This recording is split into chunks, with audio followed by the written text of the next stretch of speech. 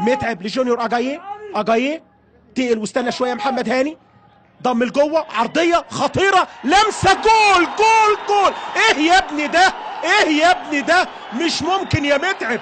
هو ده الكتالوج بتاع الاجوان. حكيت عنك كتير ما خذلتنيش يا متعب. بدماغه يسجل، بودنه يسجل، بصدره يسجل. عماد متعب جول جول جول.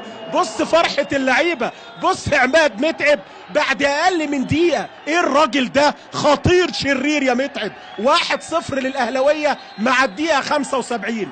مش ممكن. عماد متعب تعبتنا يا متعب.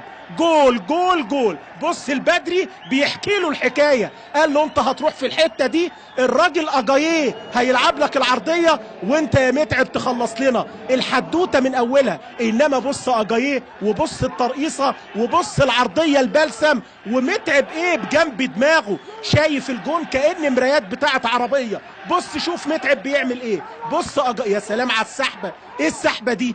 دي سحبة رخص يا ابني. ايه اللي عملها اجاييه دي؟ بص الترقيصة، بص السحبة، بص العرضية، ودماغ متعب دماغ تتلف في حرير، تتحط في المتحف يا ابني. دماغك دي حلوة حلوة حلوة. 1-0 1-0 للنادي الاهلي.